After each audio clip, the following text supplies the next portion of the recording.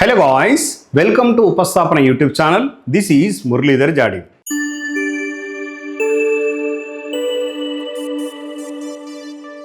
ఆర్ఆర్బీకి సంబంధించినటువంటి technician grade 1 signal సంబంధించిన ఒక basic science and engineering topic మనం తీసుకోవడం జరుగుతుంది.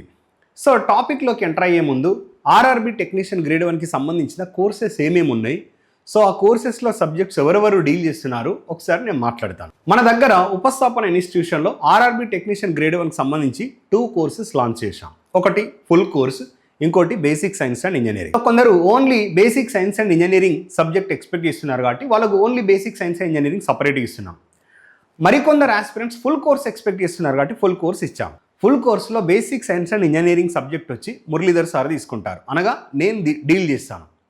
అడ్వాన్స్డ్ మ్యాథమెటిక్స్ లేదా ప్యూర్ మ్యాథమెటిక్స్ వచ్చి స్టేషన్ మాస్టర్ అయినటువంటి రాజేష్ సార్ డీల్ చేస్తున్నారు.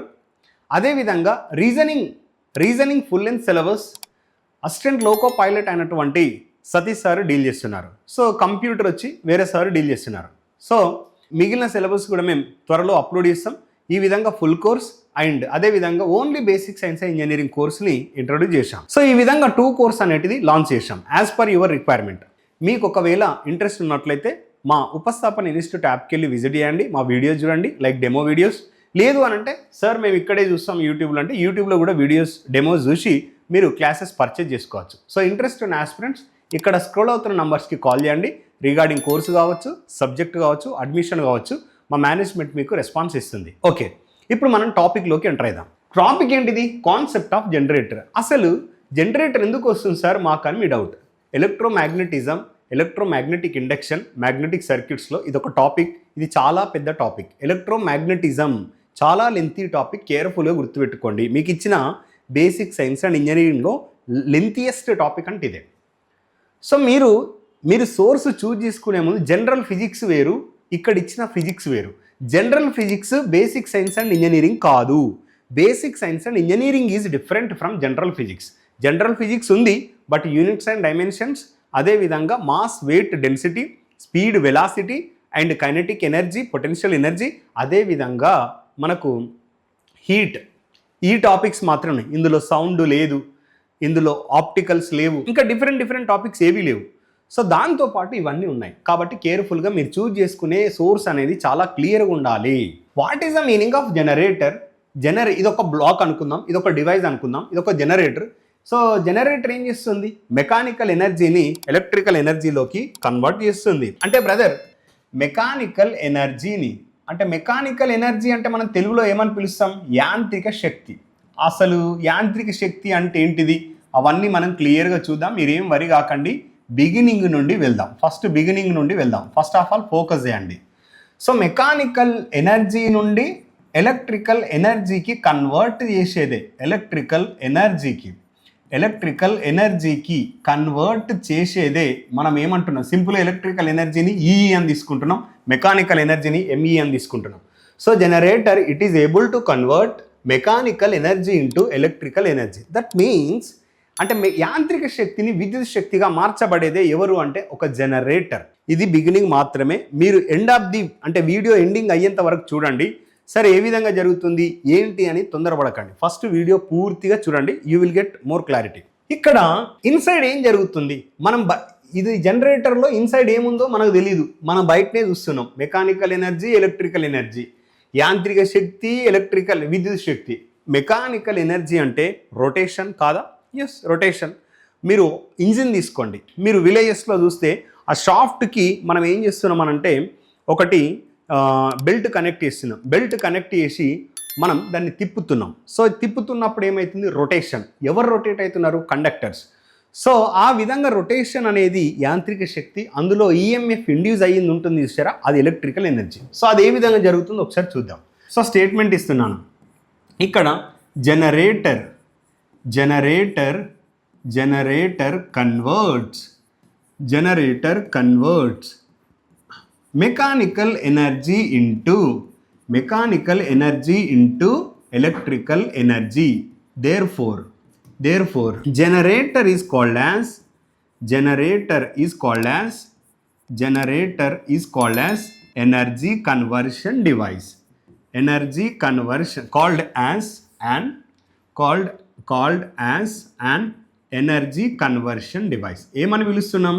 Energy conversion device. What is the meaning of energy conversion device? చూడు బ్రదర్, అంటే ఎనర్జీని ఒక ఫామ్ నుండి ఇంకో ఫామ్కి కన్వర్ట్ చేస్తే, ఎనర్జీని ఒక ఫామ్ నుండి ఇంకో ఫామ్కి కన్వర్ట్ చేస్తే దాన్ని ఎనర్జీ కన్వర్షన్ అని అంటాం. సో అలా కన్వర్ట్ చేసే డివైస్ని మనం ఏమంటున్నాం? Energy conversion device. అంటే if energy converted from one form into another form, that is nothing but energy conversion. So ఆ ఎనర్జీ కన్వర్షన్ ఎవరైతే చేస్తారో that is nothing but energy conversion device. ఇక్కడ మెకానికల్ ఎనర్జీ నుండి ఎలక్ట్రికల్ ఎనర్జీలోకి energy conversion జరుగుతుంది కాబట్టి మనం దీన్ని ఏమంటున్నాం? జనరేటర్ని ఎనర్జీ కన్వర్షన్ డివైస్. సార్ మరి ఎనర్జీ కన్వర్షన్ డివైస్ ఏ విధంగా జరుగుతుంది చెప్పండి కదా అని మీరు అంటారు. ఒకసారి చూడండి. సో ఇక్కడ నేనేం తీసుకున్నా, ఇక్కడ ఫస్ట్ ఆఫ్ ఆల్ ఇది నార్త్ పోల్, ఇది సౌత్ పోల్. సో మనకు ఎలక్ట్రోమాగ్నెటిక్ ఇండక్షన్లో ఒక టాపిక్ ఇది. ఎందులో అంటే ఏ విధంగా statically induced EMF and dynamic induced EMF. Dynamic induced EMF అంటే మోషన్ ఎగ్జిస్ట్ అవుతుంది, స్టాటికల్ ఇండ్యూస్డ్ ఈఎంఎఫ్ అంటే మోషన్ ఎగ్జిస్ట్ అవ్వదు. వీటి గురించి నేను కోర్సులో డీటెయిల్డ్గా ఎక్స్ప్లెయిన్ చేశాను, మీరు చూడండి. సో ఆల్రెడీ మీరు వీడియోస్ ఓపెన్ చేసి చూడొచ్చు ఎవరైతే కోర్స్ పర్చేజ్ చేసుకున్నారో. సో అక్కడ నేను క్రిస్టల్ క్లియర్గా ఎక్స్ప్లెయిన్ చేశాను.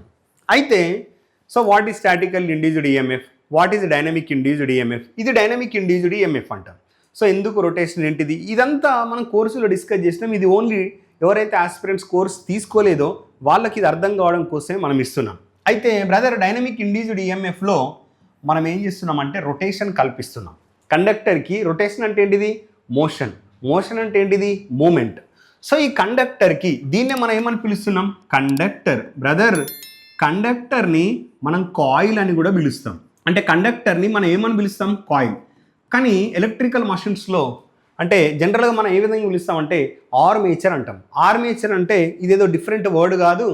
ఆర్మేచర్ ఇది nothing but group of conductors లేదంటే గ్రూప్ ఆఫ్ కాయిల్. అంటే కండక్టర్స్ యొక్క సమూహాన్ని మనం ఏమంటున్నాం? వాటన్నిటిని ఒక ప్రాపర్ స్టైల్లో ఆర్డర్ చేస్తాం, వాటిని మనం ఏమంటున్నాం? Armature. What is this? Armature. Armature ఇది నథింగ్ బట్ వాహకాల యొక్క సమూహం లేదంటే కండక్టర్స్ యొక్క గ్రూప్ అని అంటాము. దాన్నే మనం ఆర్మేచర్ అని కూడా పిలువబడుతుంది. సో గుర్తుపెట్టుకోండి. సో ఎప్పుడైతే ఒక రొటేటింగ్ కండక్టర్ని మనం మ్యాగ్నెటిక్ ఫీల్డ్లో పెట్టామో, అంటే ఇదంతా మ్యాగ్నెటిక్ ఫీల్డ్ కదా. సో ఇదొక క్షేత్రం, అయస్కాంత క్షేత్రం. ఫ్లక్స్ డెన్సిటీ బిఆర్, వాటి యొక్క యూనిట్స్ టెస్లా లేదా వెబర్ పర్ మీటర్ స్క్వేర్. ఎప్పుడైతే ఒక కండక్టర్ని అయస్కాంత క్షేత్రంలో ఆర్ మ్యాగ్నెటిక్ ఫీల్డ్లో ఉంచామో, రొటేట్ అవుతున్న కండక్టర్ని ఉంచినట్లయితే అది ఈ విధంగా రొటేట్ అవుతున్నప్పుడు ఫ్లక్స్ లైన్స్ని కట్ చేస్తుంది. సో ఫ్లక్స్ లైన్స్ని కట్ చేసినప్పుడు ఈఎంఎఫ్ అనేది ప్రొడ్యూస్ అవుతుంది. సో ఆ విధంగా ఈఎంఎఫ్ ప్రొడ్యూస్ అవుతుంది కదా. ప్రొడ్యూస్ అయిన ఈఎంఎఫ్ ఎందులో దాగి ఉంటుందంటే రొటేట్ అవుతున్న కండక్టర్లో దాగి ఉంటుంది. సో ఇప్పుడు చూడండి, ఈ రొటేషన్ని మనం ఏమంటున్నాం? యాంత్రిక శక్తి. మరి ఫ్లక్స్ లైన్స్ని కట్ చేసి ఈఎంఎఫ్ ప్రొడ్యూస్ చేస్తుంది కదా. ఆ ప్రొడ్యూస్ అయిన ఈఎంఎఫ్ ఈ కాయిల్లో దాగి ఉంటుంది కదా, దాన్ని మనం ఏమంటున్నాం? Electrical energy. అర్థమవుతుందా? సో ఈ విధంగా జనరేటర్ అనేది మెకానికల్ ఎనర్జీ నుండి అంటే ఎలక్ట్రికల్ ఎనర్జీలోకి కన్వర్ట్ చేస్తుంది. కాబట్టి జనరేటర్ని మనం ఏమంటున్నాం? Energy conversion device. So therefore statement ఇస్తుంది ఇక్కడ. Statement. So what is the statement here? So whenever ఇక్కడ స్టేట్మెంట్ ఇస్తున్నా, when ever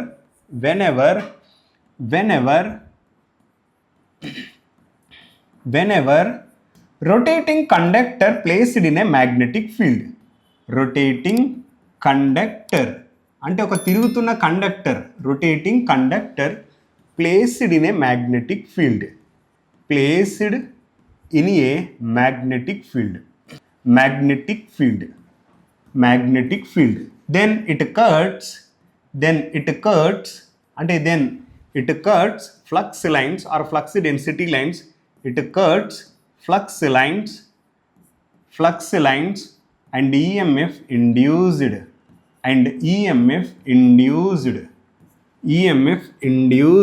in a coil.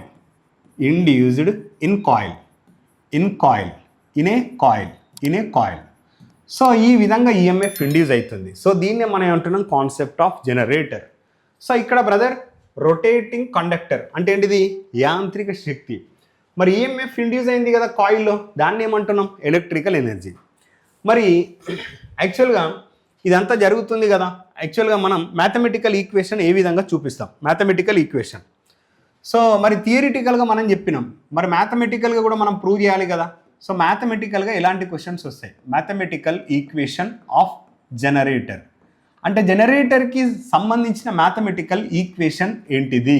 So మంచిగా గమనించండి, mathematical equation first of all మనకు ప్రొడ్యూస్ అయిన ఈఎంఎఫ్ అనేది డైరెక్ట్లీ అంటే which is equal to BLV sine theta. మంచిగా గమనించండి, ఫస్ట్ నేను 1/1 ఇక్కడ రాస్తా. ఈ అంటే induced EMF in a coil. ఈ అంటే నువ్వేమంటున్నావు, ఇండ్యూస్డ్ ఈఎంఎఫ్. మరి ఈఎంఎఫ్ ఇండ్యూస్ అయింది కదా, దీని యొక్క ప్రమాణాలు ఏంటిది, వోల్ట్స్. గమనించండి, వోల్ట్స్. బి అంటే ఏంటిది brother, flux density. Flux density, flux density యొక్క ప్రమాణాలు ఏంటి brother, weber per metre square. మంచిగా గమనించండి, వెబర్ పర్ మీటర్ స్క్వేర్. అట్లనే ఎల్ అంటే ఏంటిది, active length of conductor. What is this, active length of conductor. So active length of conductor. What are the units of length, metre. అదేవిధంగా V అంటే ఏంటిది, linear velocity. Linear velocity. What are the units of linear velocity, so metre per second. ఇది మీకు well known, ఇవన్నీ మీకు తెలిసినాయి. అయితే మరి theta is the angle between flux density and conductor velocity. So ఇట్లా మనకు క్వశ్చన్స్ వస్తాయి. నేను యాక్చువల్గా ఏంది ఒకసారి మనం చూద్దాం. ఒకసారి మనం ఈ స్లైడ్లో మీరు చూడండి, ఇది ఎంత లెంత్ ఉంది ఇందులో, అంటే ఇది ఏ మ్యాగ్నెటిక్ ఫీల్డ్ ఉంది, ఎంత ఫ్లక్స్ లైన్స్ని కట్ చేస్తుంది, ఫ్లక్స్ డెన్సిటీ. అదేవిధంగా ఇది ఏ వెలాసిటీతోని రొటేట్ అవుతుంది. అట్లనే theta is the angle between this magnetic field and this velocity. యాక్చువల్గా మీరు గమనించండి, ఇక్కడ induced EMF is directly proportional to what is this, flux density. Induced EMF is directly proportional to flux density. అంటే flux density ఎంత ఎక్కువ ఉంటే అంత EMF induce అవుతుంది, వెలాసిటీ కూడా ఎంత ఎక్కువ ఉంటే అంత ఈఎంఎఫ్ ఇండ్యూస్ అవుతుంది. సో ఎల్ యాక్టివ్ లెంత్ కూడా ఎంత ఎక్కువ ఉంటే అంత ఈఎంఎఫ్ ప్రొడ్యూస్ అవుతుంది. సో ఇక్కడ ఫస్ట్ కండిషన్ నేను ఇక్కడ ఇది డిస్కస్ చేస్తా, ఒకసారి చూడండి. యాక్చువల్గా మనకు మ్యాక్సిమం ఈఎంఎఫ్ ఎప్పుడు ప్రొడ్యూస్ అవుతుంది, సైన్ వాల్యూ ఎప్పుడైతే ఈ ఈక్వేషన్ ఇంపార్టెంట్ అండి. ఈ ఈక్వేషన్ ఎగ్జామ్లో అడుగుతారు, ఈ ఈక్వేషన్ ఎగ్జామ్లో అడుగుతారు. మీకు ఎప్పుడైతే సైన్ వాల్యూ 1 అవుతుందో, ఎప్పుడు మ్యాక్సిమం అవుతుంది 1 అయితే. సో టీటా ఈక్వల్ టు ఎప్పుడు 1 ఎంత ఉంటే 1 అవుతుంది, 90 degrees ఉంటే 1. Therefore maximum EMF at theta equal to 90 degrees or that is nothing but π/2 radians. అవునా కాదా? అదేవిధంగా మ్యాక్సిమం అంటే మినిమం ఈఎంఎఫ్ ఎప్పుడు వస్తుంది, మినిమం ఈఎంఎఫ్ ఎక్కడ వస్తుంది, at theta equal to 0 degrees or 0 radians. అంతే కదా. మరి ఇక్కడ మ్యాక్సిమం ఈఎంఎఫ్ ఏంది, ఈ suffix maximum sine theta value నీకు 1 అయితే BLV, that's it. Very very important, this is maximum EMF. Sir maximum EMF ఏంటిది, అసలు 90 degrees ఎందుకు పెట్టాలి అని డౌట్. చూడండి బ్రదర్, డయాగ్రామ్ చూడు. సో ఇది కండక్టర్, ఇది నార్త్ పోల్, ఇది సౌత్ పోల్. నార్త్ పోల్ నుండి వచ్చే ఫ్లక్స్ లైన్స్ దీని ద్వారా పాస్ అవుతున్నప్పుడు చూడండి, ఇది పర్పెండిక్యులర్ ఉందా లేదా, ఇది flux lines or flux density. ఇది కండక్టర్. సో ఇది తిరుగుతుంది, ఈ విధంగా తిరుగుతున్నప్పుడు ఇది 0 degrees అయింది అనుకోండి, ఈ క్రమంలో ఇది ప్రొడ్యూస్ అయిన ఈఎంఎఫ్ మినిమం. కానీ ఎప్పుడైతే ఫ్లక్స్ లైన్స్ దీని ద్వారా పర్పెండిక్యులర్గా పాస్ అవుతాయో అప్పుడు ప్రొడ్యూస్ అయిన ఈఎంఎఫ్ మ్యాక్సిమం. దాని మీనింగ్ ఇది ఇన్ ఫేజ్, ఇది perpendicular to each other. So దాన్నే మనం అందుకోసం మనం ఏమంటున్నాం, ఫ్లక్స్ డెన్సిటీ అంటే ఏంటి బ్రదర్, మనం ఫ్లక్స్ లైన్ అంటే ఫ్లక్స్ అంటే ఏంటిది, number of flux lines which are passing through the area and that too perpendicular. మనం గతంలో కూడా డిస్కస్ చేసినాం.